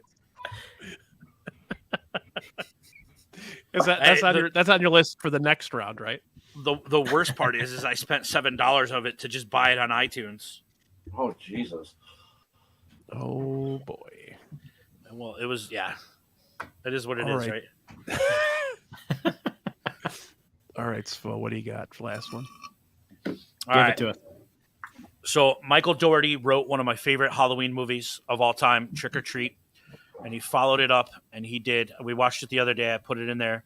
Krampus. I'm going with Krampus as my last pick of the draft. I loved Krampus. It's just a fun, stupid movie. Yes. Yeah. Shut up, Fids. That movie is fantastic.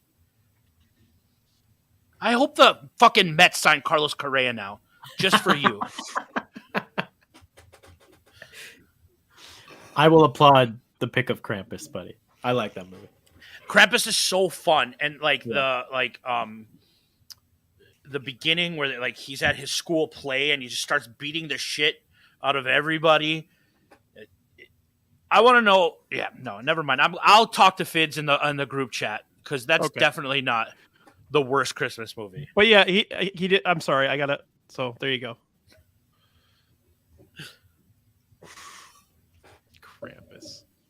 Krampus is awesome. I remember going to see it in the theater and just being absolutely in love with it. Brian, before we go on to the worst round, can we talk about a couple movies that we're surprised didn't get picked? Yeah. I actually have a little bit of a list myself. But what do you got? So I think Nightmare Before Christmas is a great movie. I have a high value on that. I think I saw it in the chat earlier. Charlie Brown Christmas, obviously a classic as well. I think more so for the music than the movie itself.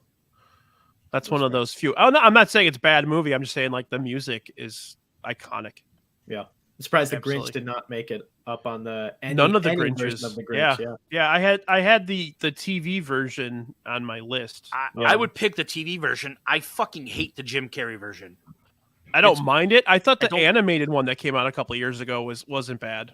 Oh, with Benedict Cumberbatch, it was good. That I one enjoyed was it. pretty good.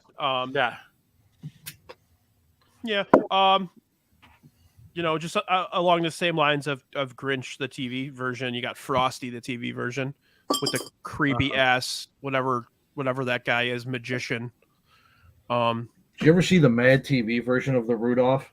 No. They had Yukon Cornelius, and it was a gangster movie, putting people's the elves' heads in vices and shit.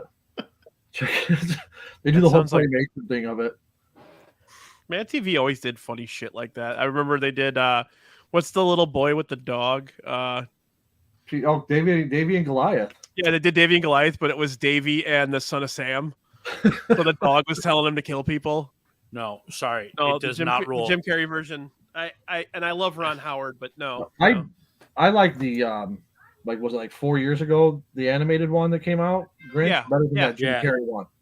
That's a good one. Yep, it was fun. I like anything from that studio that did the Illumination, and that stuff was fun. They're doing the Super Mario Brothers movie. Oh, is it? Okay. Yeah. That looks phenomenal. We should go see that, Svo. Done. Get a big group together. So Charlie Brown. I had Harry Potter, the first Harry Potter movie on my list. Is this honorable mention? Yeah, honorable mentions. One. The two versions of Miracle on 34th Street. Ooh. The original. How about just the original? Yeah, I don't know about the new one. Yeah, the new one is not as good. See, I like the new one. I like the original, but I like the new one too. You just like Dylan McDermott, right? I mean, how can you not? Like that Family Guy episode where he's Peter's the body warmer for Laura Flynn Boyle, and he's like, Laura, is Dylan McDermott nice in real life? That's my second favorite Family Guy reference ever. Dylan McDermott in the campaign is phenomenal. Yep. One Christmas movie that I for honorable mention for me was, and it's been a long time, but I remember it was The Ref with Dennis Leary. The Ref is fan. Oh, I good forgot movie. about the Christmas tie-in. Yeah. The Ref And is a great movie. I had it on my list and I didn't put it on it, but that's definitely one that was Deep cut. That's a good one. Remember that even though Kevin Spacey's a fucking scumbag, but just Yeah. the movie itself, and was it Christine Baranski just always shut up, it's Christmas, smacking her kid around, just such a bit, and just the mom. It's like a staple of Christmas movies. You got to have that one just mean ass fucking family member, and it's the mom, and the ref. It's just the mom, and the ref was just a mean old bitch. Nobody picked Jingle All the Way. I need Fids to say this in front of my wife when he comes Larry to the stay Cable with Guy? me. Phil Hartman in Jingle All the Way is Yep. top notch. Absolutely. So And is then Cindy. Svo's favorite actor, Jake Lloyd, is in that.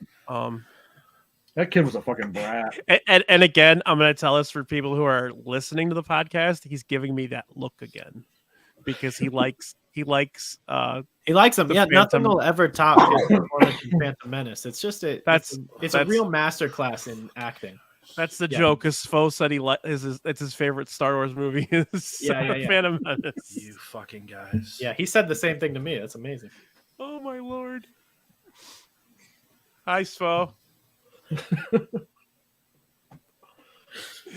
At least I haven't pissed him off. Besides my head, I haven't pissed Swow off where he wants to fucking kill me like he does you two guys. You wore the hat and the shirt when I was at work, man. I couldn't exactly murder you on the sales floor. Well, I had shoes on too, dude, that had OU on them, just so you know. That's right, Jackie, and that's a good idea. And if anybody wants to be in an Arnold Schwarzenegger draft, I'm in, and I'll set it up Commando. for everybody. Commando 1-1. 1-1 for sure. What'd you do with Tully? I let him go. Don't bother my friend. He's dead tired. I eat green berets for breakfast.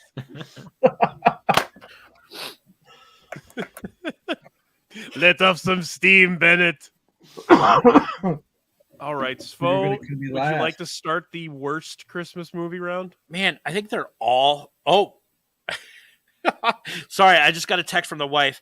She said Fizz can sleep in the garage. We'll be watching Love the Coopers. I forgot he's staying with you. The worst Christmas movie. Here's the deal, right? All Christmas movies are usually generally pretty bad, right? They're not great movies. Yeah, but they give you feelings, and you have feelings. They give in you the holidays. feelings, right? Right. So I'm gonna pick this movie, but I don't think it's a bad movie. It's just not for me.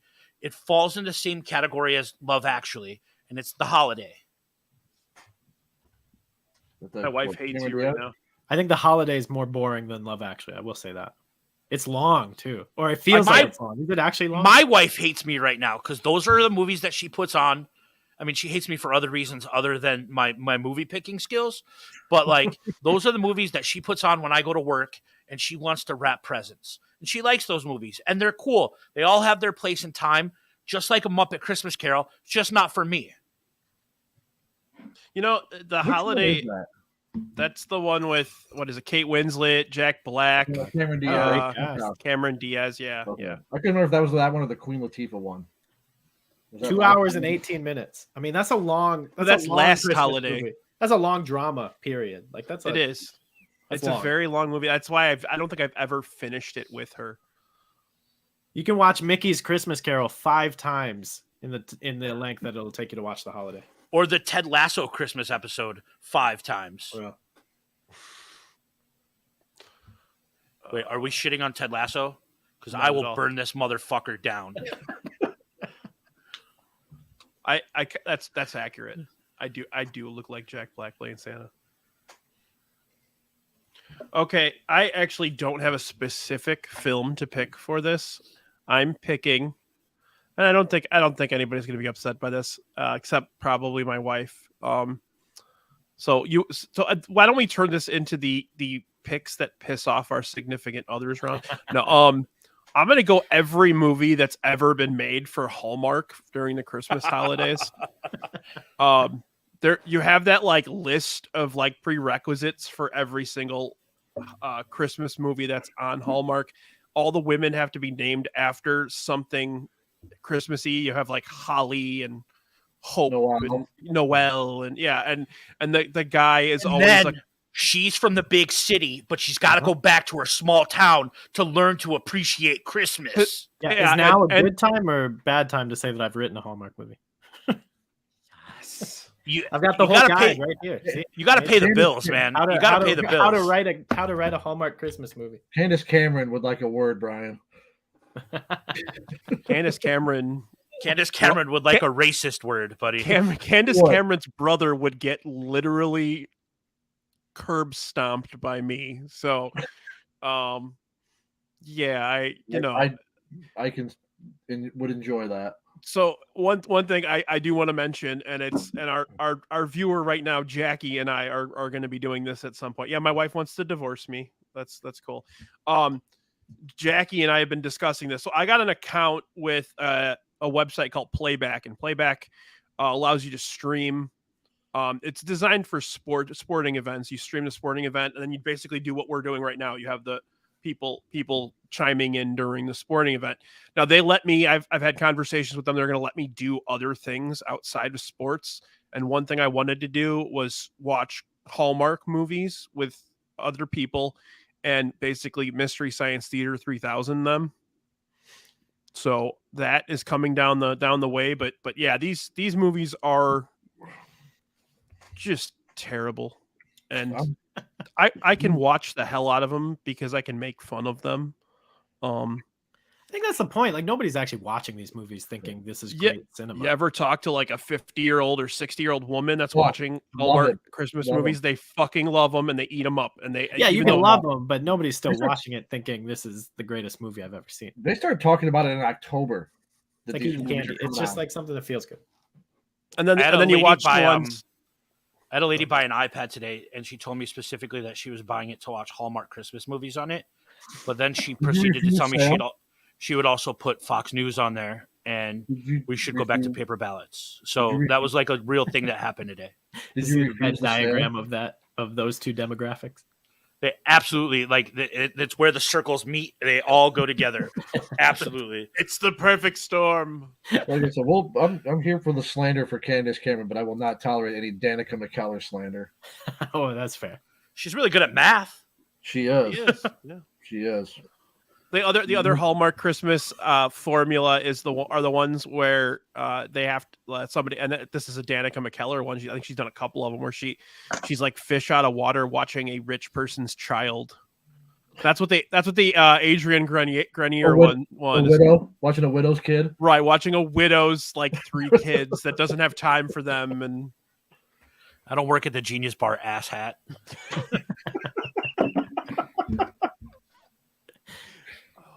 Oh yeah, there's a new one with Bruce Campbell, and it's terrible and awesome at the same time. Yump will watch that one for sure. It takes place in Louisiana, and not a single fucking person in the entire movie has a southern teeth? accent. Oh, They don't. okay. Not a single actor has a southern accent in that movie. Oh man, it's just like Hallmark Christmas movies are the same as Lifetime movies. They're all the same. It's just a different, there's less like murder. quality. There's less murder though. And the Lifetime ones are just way lower quality. Like at least the Hallmark ones, for the most part, use good equipment. And you would kind of agree with me on that, Steve, right? Yeah, totally. Definitely put a little more money into it. Yeah, 100%. Okay, Steve, cool. You got one? Yeah. Wait. Hold on. Before Steve makes his pick, Steve was my enemy today, but now it's Sam because Sam went personal. Not everybody can take selfies every single day and post them, buddy, and listen to Taylor Swift. So be careful how you pick on me, my guy. It's fair. Sam is my enemy every day, so it's okay. It's all good. Let's okay, worst round. I think I would have gone with White Christmas because it is just a classic movie that I don't enjoy at all. But because it's already been picked, give you something new. I think the animation is terrible. I think the story is ridiculous. I think was no reason to put like a 20-page book with no words into a movie. I'm gonna go with Polar Express for this film. for this. pick. Wow. Wait, are you sure? Are you sure it's not Polar Sexpress? Oh, I'm sure. That's Okay. probably better than Polar Express. Like this is a pick where you're absolutely spot on. The animation is fucking awful. It's terrifying. Creepy. Yeah. It's not just bad, it's creepy. Uh-huh. But it's While I was making my list the other day, my wife was mentioning how much she liked this. Oh no, I was so close. I was so close to winning her over. She wants her all mug those- back, dude.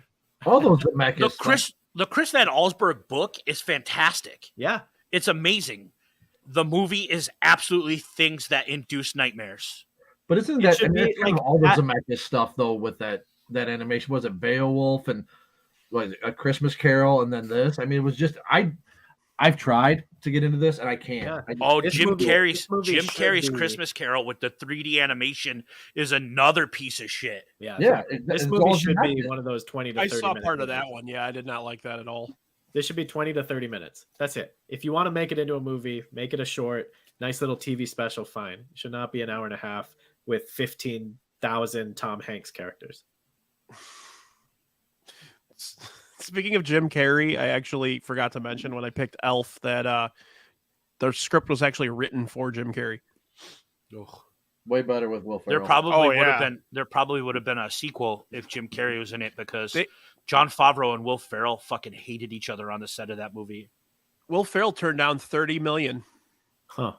Yeah, they offered him $30 million. And but from what he says it's such a perfect movie. He can't do a sequel. There's no, and I agree with him, but yeah, that's he took the principal part of it. I don't hate anybody that much to turn down that kind of money. Give it time. All right, Shankster. Can Shankster cap off an absolute perfect evening for himself? He took Mickey's Christmas Carol. It's the perfecto's done. Well, yeah, He gave up a CNI single, okay?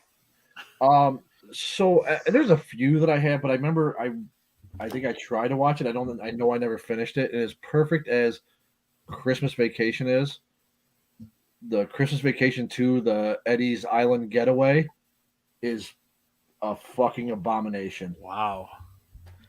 It was, I know it was a TV movie, so I mean, but still, I know you got the original Audrey back, but it was an absolute, cash grab.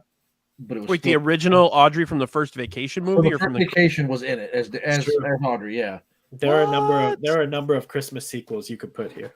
Yeah, there's so many. I mean, here, take Santa. I debated on that Jack Frost, not the Michael Keaton one. The Santa Claus. Oh, you could have did Santa Claus 3, Jack I Frost. thought about it. That was Yeah. a terrible fucking one. Home Alone 3. Santa's Sleigh with Goldberg. Santa You with could do muscles. Santa's with muscle. I was about to say that Hulk Hogan Santa with Well, there was muscles. a lot, but this one is just when you have the Christmas Vacation was just, and I know some people don't like it, but it's that to do that with what they did it's. I remember watching that on TV and I'm like, this is the biggest piece of shit they could have ever done, and just try to taint what they fucking did with the first movie. Okay. Yeah. I've never seen it. I've only seen when I saw the poster for it. I'm like, I'm not watching this. Well, and then who knew that Randy Quaid would turn into like the douche nozzle that he is? Yeah, he is a total. Right at home on Twitter. He's He a should crazy have. person. Yeah, he absolutely like. I wish that he would have flown into the spaceship for real in Independence Day. Yeah, it's funny that like the first time I saw Chevy Chase when I went and saw Christmas Vacation, he kind of talked about how crazy Randy Quaid was. This second time I saw him like less than a month ago, he was a little more diplomatic and just said that he does talk to him, but didn't really bash on him like he did the first time. But Chevy Chase is off his. I mean, he's got some memory shit going on, so it's like he had his wife with him who kind of helped him out with a lot of it. But yeah, this, like you said, he should. I wish he really did fly into that Independence Day, fucking into the alien spaceship. Just end it right there. Yeah. That movie's fucking terrible. It's just something that never should have been done. So I have I didn't when Steve was going through his honorable mentions, I was looking at Twitter news. I'm sorry. If it's cool with you, Brian, I have a couple honorable mentions that I like. That I would like. Absolutely. But I've already said Jackie's deemed me the winner, so I won. I think Jackie would change her mind if she'd seen all of Shankster's movies. Like, you had a good draft, but I think Shankster won this draft. I think we can all probably. I'm just saying. It's the white Christmas, isn't it? You guys are just. Everybody's got one. When I see you guys, I'm totally gonna fucking tap dance. Everyone's got one, Don't say it. except Don't for finish. Don't finish except for that. Shankster. And even with my half hour, my 35 Christmas, I don't know. Mickey's Christmas Yeah, but Carol, like your Mickey's Christmas Carol is like when Mark Burley walked Sammy Sosa and then picked him off on the next pitch. Like, Yeah, like it really is. Like, it's not a bad pick at all. But my couple honorable mentions, some of them were in the chat, but this is a recent one. Obviously, Fids and everybody knows Noel with Anna Kendrick and Bill Hader on Disney Plus is so good. it is. I would watch Anna Kendrick read the fucking phone book. That Like, was I really would. agreed. Better movie than I expected. Yeah. I love 8 Crazy Nights. It's a stupid Sandler flick, but it's just fun. I think you and Sam became friends again because he mentioned that earlier. Surviving Christmas with Ben Affleck and James Gandolfini is technically my favorite Christmas movie. Where was Reindeer Games on your list, man? It's on there, but like I think I like these movies just a little bit more. Why Him with Bryan Cranston and what's his name? Sorry, James Franco. Bad Moms Christmas, I think, is really funny when we talk about like pressures of Christmas. I agree with that. And then Christmas with the Cranks is absolutely fantastic movie It that is. I'm surprised wasn't drafted. Nobody's Another taking one I Fred had Claus. Another newer one that I did enjoy, and just because, and probably because I like the lead more than it was Christmas Chronicles, the first one with Kurt Russell. And the Easter egg at the end when Goldie Hawn shows up and it's like Yeah. an overboard. Like I loved it. I loved it too. Yeah. And it's, like I said, Kurt Russell. I do just love Kurt Russell, and anything he's in, just think he's great. And It's fun. you mean Tango and Cash any day, but it was a fun movie. It was just again one of those movies that you can just kind of sit back, relax, and it's not too deep, and it's just enjoyable. It's funny. Fids just said Eyes Wide Shut, but that's actually playing at the Music Box this week for their alternative Christmas. It was on when I was looking through some lists online. It actually listed that as a Christmas movie. Jackie liked the Santa Claus the movie. Fidelio. I'll throw one last modern one. I think Happiest Season on Hulu is a decent movie as well. I don't know that. What is that? I think that came up the last year. Kristen Stewart, the main guy in shit, or the son in Schitt's Creek is in it as well. Solid little rom-com, a little bit more emotional, but good movie. And I'm surprised nobody in our age group took 8-Bit Christmas. I haven't seen it yet. Oh, you got to see 8-Bit Christmas. I did not like it. One Really? that I tried. Yeah. I tried watching Harold and Kumar's 3D Christmas. Oof. Yeah, bad. That's Cash definitely, grab. that's definitely the weakest link in the three, God, for sure. I shut it off. I could not get into it. That's funny. It was raw. That was bad, but I saw something. Nightmare Before Christmas. That's another one. Is that a Halloween or is it a Christmas? So That's what I struggled with. It's who cares? Like, it's watch it whenever you want. Right. Like, it's a great movie. All It right.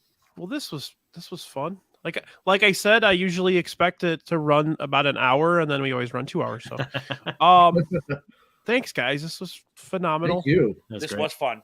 I wanted to plug everybody's stuff here. Svo, you got Yumper and Svo at the show. Yes, allegedly. I am the co-host, allegedly, of the Yumper and Svo at the Show podcast. Hey, Svo, is Steve coming on the next episode to in defense of Muppet Christmas Carol? You know what? If Steve wants to do that, we actually need it in defense of for the next of. Yo, let's do it. I'm there. Yes. There we go. All right, guys. Yes, I am the sorry, and then let everybody else plug their stuff. I got nothing to plug, so I'm good. Shankster's just a good all-around human being. Shankster's I'm going to plug him there. Yep, Shankster's a wonderful, wonderful man. Appreciate you guys, all of it. Thanks for having me on, man. It was a good time. Yeah. Anytime, dude. I'll have you on for some wrestling ones at some point. That'll be a good time. Definitely look forward to that. Right on. Well, you can, Steve. You got anything else, Steve? No, not really. I'll do a self plug. Just follow me on Twitter. Anything I need to plug, I put out there. I'll have a movie at some point coming out in the summer, hopefully. So Awesome. if you're interested, just hit me up. Let me know. I'll plug the shit out of it. Yeah, Sure, you got it. all I gotta plug is All right. these three dudes right here, man. Listen, subscribe. Please subscribe. Please subscribe to the Tainted Glove on YouTube. Definitely follow this show. Oh, you're right, Ali. Sorry, Ali. You can highlight Ali's comments as well. Sure. We can plug the all sports scene. We plugged it at the beginning. We can plug it at the end. All sports scene. You gotta follow the ass. The ass is always about the plugs. I've done that a couple of times. I've had some members of ass on the show. This is the third time actually. You've done the ass plugs a couple of times, Brian. I've done ass plugs many times, and they're gonna love the shit out of that soundbite. So thank you, Spo. All right, so don't forget to follow the Tainted Glove on Twitter at the Tainted Glove. You have thetaintedglove.com. You have at Getting Drafty Pod. That's the show here. I am at Magnificent Stan. And we'll be seeing you in a couple of weeks. I do want to plug real quick as well. I will be doing our first playback show on December 28th. We'll have Svo on with me, as well as Brewhand Luke, as we watch the Holiday Bowl. And hopefully don't watch Luke melt down as Oregon loses. Why don't you watch the Cheez-It Bowl and watch the Knolls get rolled? We could do that too. I could watch anything I want on that thing. You let me know. I'll get you on there as well. Uh-oh, he's got his Gator hat on. But yeah, thank you for thank you all for listening. Thank you for watching. Again, follow us all over the place and have a great day. Go watch the bums. Go watch the bums after this. Oh yeah. Go watch the bums. Everybody in the room, go watch the bums.